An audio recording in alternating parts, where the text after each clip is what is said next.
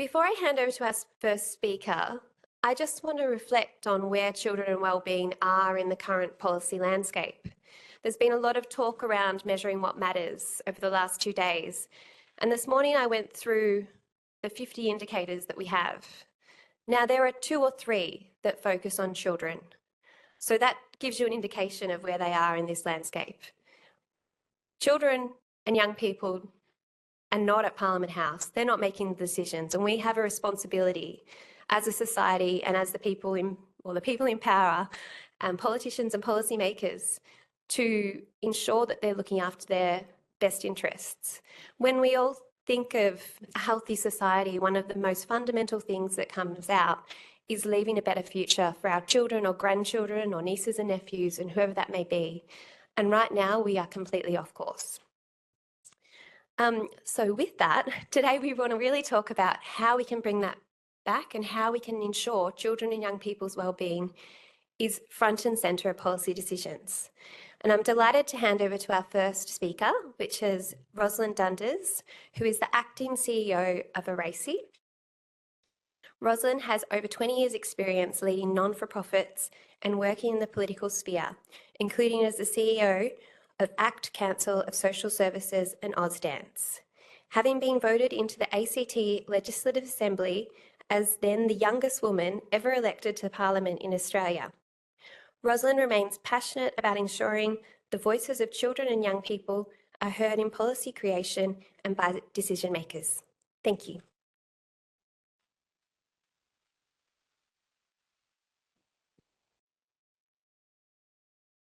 Good morning, everybody. I'm going to do that thing now where I have a clicker and make sure I understand how it's working. I'm going to press a button. No? Yeah, we'll start there. Thank you for the opportunity to be part of this conversation. As Kate has noted, it's vital that we think about a significant proportion of our population that is quite often left out of our conversations, and bringing children into the wellbeing narrative is very important. We've been talking about wellbeing at ARACY, the Australian Research Alliance for Children and Youth, long before it was fashionable. And so it's great to be, again, part of these broader discussions. And I'd like to add my voice to the acknowledgement of country that we had yesterday, but also today. At ARACY, we've been reflecting on our role in contributing to the Uluru Statement for voice, treaty and truth. And in solidarity, we support this statement and the need for truth-telling about the history and impact of colonisation. And we treasure the rich and diverse cultures and customs of First Nations people, valued knowledge holders, leaders and partners in creating the conditions for all our children to thrive. And in centring children, we look to the work that children themselves have done in relation to reconciliation. In 2019, 65 First Nations and non-First Nations students from years 6 to 12 came together for a youth forum at the Gama Festival. They wrote their own follow-up to the 2017 Uluru Statement from the Heart, and they called it the Imagination Declaration. It is a challenge to politicians and to all of us to involve young people, particularly First Nations people, in making policy about their future. So I have an expert here, and we talk about it all the time at ARACY. Let's set an imagination agenda for our classrooms. Let's move beyond the narrow views of our disadvantages. Stop seeing us merely as a problem to fix. Empower us to be the solution. Give us the stage. Watch us light up the world. If you haven't seen it, this is available on YouTube, and it's a really powerful reflection on what we can all be doing to centre children in the work that we need to be doing around reconciliation. So my aim today is to talk to you about ARACY and why we care about wellbeing, why we've been brought into the room today. As many of you will know, some of you might not, but hopefully this isn't boring for you all, 20 years ago, Professor Fiona Stanley had a vision to use the best available evidence to help all children and young people in Australia to thrive. Driving this vision was the challenging question of why the range of complex problems affecting the health, development and wellbeing of children in Australia, one of the wealthiest nations in the country, in the universe, one of the wealthiest countries in the world, why these problems were continuing to increase. And this is 20 years ago that Fiona was pulling her hair out about this problem. So Professor Stanley and her colleagues thought about it and knew that by working collectively across policy, research and practice, maybe we could start to turn the dial on some of these challenges. They also knew that collaboration was needed because the challenges themselves were multifaceted. Fiona recognised many of the problems confronting young Australians are the result of complex genetic, biological and social factors interacting during development that will not be effectively addressed in isolation from each other. This was 20 years ago that Fiona was making these realisations. This drive to look at children holistically is what makes ARACY exist. And these conversations that we're having about wellbeing have been part of our DNA from day dot. But I'm also very conscious that when we talk about wellbeing, we all use slightly different understandings of what that word means. Just yesterday, insert any presentation from yesterday to prove my point here. In particular, I really liked Mary Catherine Adams yesterday afternoon, coming from the work that's happening in the UK and just those broader understandings of wellbeing. What do we mean? What are we saying? Who are we talking to? Who are we talking with? And I'll bring in some more words from the UK. What Works Wellbeing have said that part of the value of wellbeing as a concept is that whatever you are and whatever your cultural background or personal circumstances, people intuitively understand the value of happiness and wellbeing. But this universality that adapts to so many different contexts and perspectives can sometimes make it difficult to share a common understanding of what exactly wellbeing is, and therefore what exactly it is we're trying to measure. These multiple conceptualisations are barriers to clear understanding and processes, and it hinders our alignment of goals. It also creates difficulty regarding monitoring and evaluation, as well as impairing our ability to compare across evidence bases. And I do note the conversation we had yesterday afternoon with the different governments talking about maybe we don't all need to have exactly the same words, but we just need to keep talking. And like, yes, and especially when we're talking about children, we do need to come together and be able to say, well, what are we achieving and how are we achieving that? So for ARACY, this is why we developed and used the NEST, a wellbeing framework for children and young people.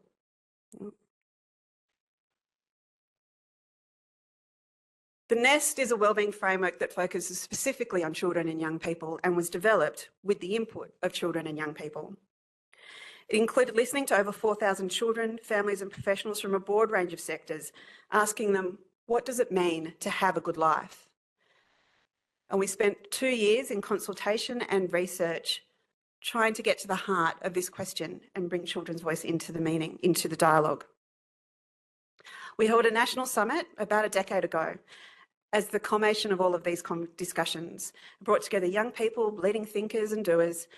And it was at this consultation that a young participant described all the areas of wellbeing as forming a nest, where if each is supported, we're able to be happy and healthy and then fly from the nest. But we need that very strong foundation. Children and young people told us what they need to have a good life fell into 6 interlinked areas, which when taken together holistically, support a children or young person's wellbeing. We see it then as an umbrella term and all these domains sitting underneath it, or a nest with all these eggs sitting within it. This holistic view is central to the nest and, in our view, wellbeing itself. When many people outside of this conference talk about wellbeing, they are often referring to certain aspects only, such as mental health or social emotional learning. And while these are, we recognise, crucial elements of wellbeing, we need to ensure that everybody working with and for children and young people understands that wellbeing refers to all of the domains of the nest, not just 1 or 2. We cannot have great outcomes for children if we only focus on their health.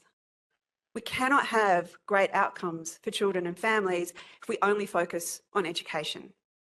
And we know that children do better in education when their material basics and their health are also considered.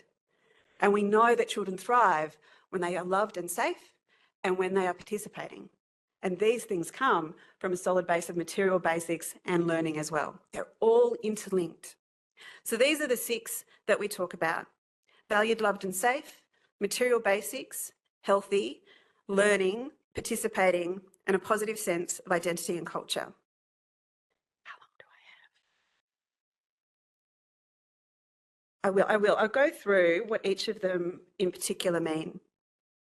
Because again, we use these words and everybody goes, oh, learning, we know what that means. But let me put it for you in the context of what we mean when we talk about it in the nest.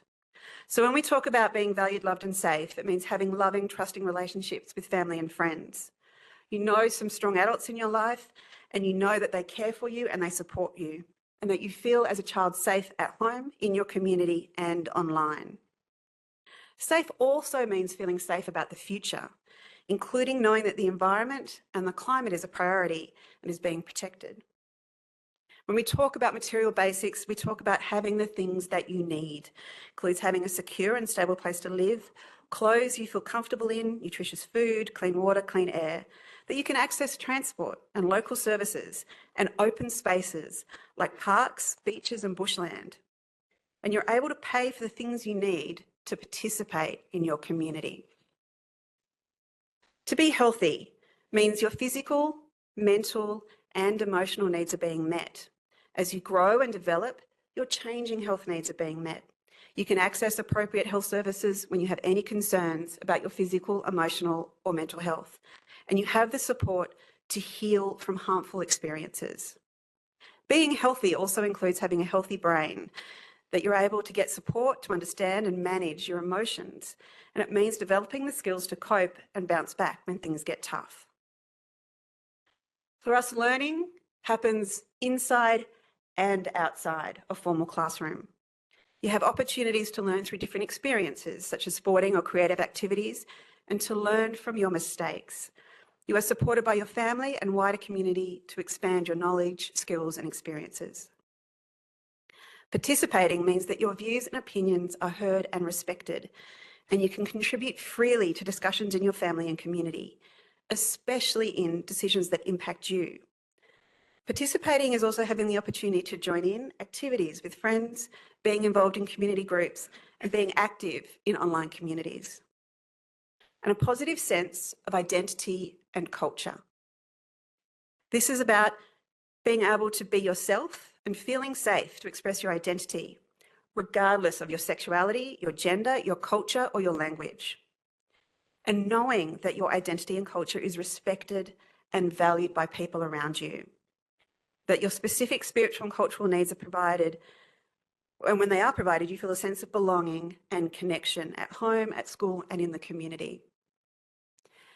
And every day we wake up and we wish for these things, for ourselves, for our family, for our communities. They seem incredibly basic, but we know that these are the things that when they all come together means that we can thrive. And at the moment, when we are not meeting all of these, we are not thriving, not as individuals, not as a community. So since the Nest was launched in 2012, we've continually updated and strengthened it to reflect new evidence as it becomes available, new terminology, and also where we are in our changing world. So when we talk about online communities in 2012, it's very different to what we're talking about now in 2024. We've shared practice papers, we keep doing research, and we're currently considering how to better reflect the environment, in particular, the impacts of climate change and material basics. And we're hearing a lot from children about their access to nature. And in our next iteration, we are purposely focusing on middle years and working with children ages 8 to 14, a largely underrepresented cohort in research. We plan to work with children as co-investigators and have embraced a research process deeply embedded in Indigenous knowledge systems to assist us in decolonising our practices through a relationship with Cobble Cobble man Dr. John Davis from Right Ways at Deakin University. The refresh of the Nest will start with First Nations first, before working with other cohorts in the middle years range. So very quickly to wrap up, I also then want to talk about how we use the Nest and what we call as a practice offshoot common approach to not just talk about wellbeing, but embed wellbeing and make it a reality across communities in Australia. I did bring my own prop. I know there were a lot of props going around yesterday. We have our own index, and again from yesterday, great slide, 100 indexes all out there. This one is the specific one for children and young people. We originally published it as a scorecard, but now we have a great index that we work on with UNICEF that takes these 6 domains of the nest and looks at how they are actually being achieved across communities in Australia. And we've seen these this understanding of wellbeing adopted by governments in New South Wales, Victoria, the Northern Territory, Tasmania, and by agencies across Australia, and used also by the New Zealand government and in Finland. In particular, I want to just focus on 3. So this is Logan community to the southeast of Brisbane that has used the nest and the 6 domains to build their community framework of how they're working as a community to support children and everybody to thrive. And we are seeing some really great outcomes in that community, really turning the dial on wellbeing for children.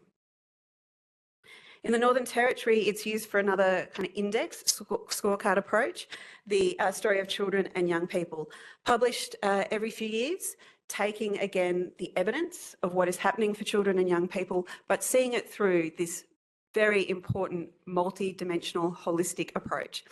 And what we love about the Northern Territory's work is they've taken the domains and worked with First Nations communities in the Northern Territory to articulate how that looks and feels for First Nations communities. And there's an example on the slide of how learning, participating, and positive sense of identity culture manifest in First Nations communities. And then Tasmania, it was great to hear yesterday about the new focus on a whole of government strategy for wellbeing, the work that they've done on the children and young people's wellbeing strategy is doing great things for children in Tasmania and really embedding a strong conversation about what it is needed for children to thrive. It takes a Tasmanian village, and I love the opening of the Tasmanian village as part of the consultation process for this work. Children were invited to write postcards to the Chief Premier, to the Premier of Tasmania. The Premier claims to have read every single one of those postcards that came in, and they informed the foundation of this strategy, which you can see links very closely to the domains of the nest. So the greatest strength of the nest is the development of a robust foundational framework based on direct consultation, expert knowledge and evidence. What matters should be determined by people. Research shows that the act of participating itself is critical to wellbeing. Indeed, participation is a wellbeing domain identified by young people as essential to wellbeing. The engagement can produce a wellbeing vision with priority outcomes focused on really what matters. This means enabling individuals and communities to contribute to regular updates that include children and young people themselves. Fiona said it 20 years ago. We're still saying it today. An investment in the wellbeing of our young is an investment in the wellbeing of our entire nation that will pay substantial dividends long into the future. For us at ARACY, and I believe all of us here, this is the challenge, to shift how we go about building our society, to continue collaboration for wellbeing. It's not easy, but it is so, so necessary. Thank you.